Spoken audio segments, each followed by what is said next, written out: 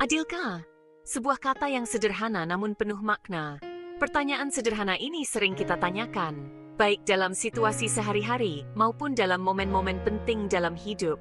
Saat kita melihat sesuatu yang tidak seimbang, saat merasa dirugikan, saat melihat ketidakadilan, kita sering kali bertanya, apakah ini adil?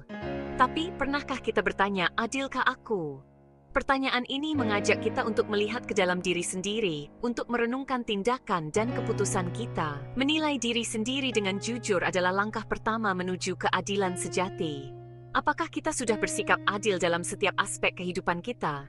Dalam pekerjaan, dalam hubungan, dalam interaksi sehari-hari. Keadilan bukan hanya untuk orang lain, tetapi juga untuk diri kita sendiri. Keadilan dimulai dari diri sendiri, dari cara kita memperlakukan diri kita sendiri dan orang lain.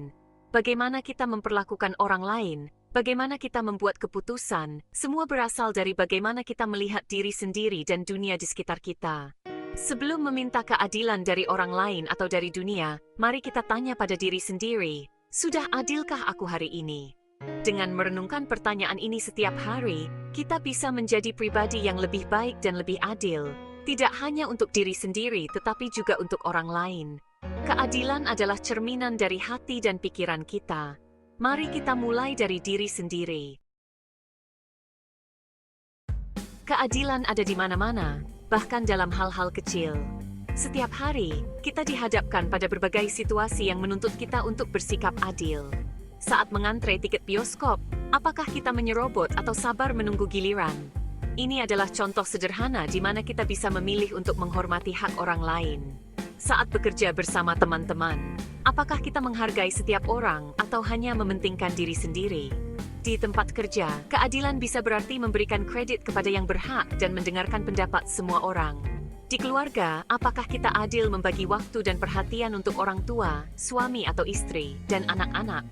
Keadilan dalam keluarga menciptakan harmoni dan kebahagiaan.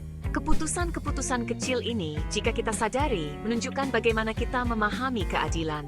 Setiap tindakan kita, sekecil apapun, mencerminkan nilai-nilai yang kita pegang. Mandista selalu berusaha untuk bersikap adil dalam setiap aspek kehidupan kita. Seringkali kita merasa sudah berlaku adil, padahal belum tentu. Kenapa? Karena kita hanya melihat dari sisi diri sendiri. Disinilah pentingnya melihat ke dalam diri. Luangkan waktu, tenangkan pikiran, dan tanyakan pada diri sendiri, apakah keputusanku hari ini sudah adil untuk semua orang? Apakah perkataanku menyakiti orang lain?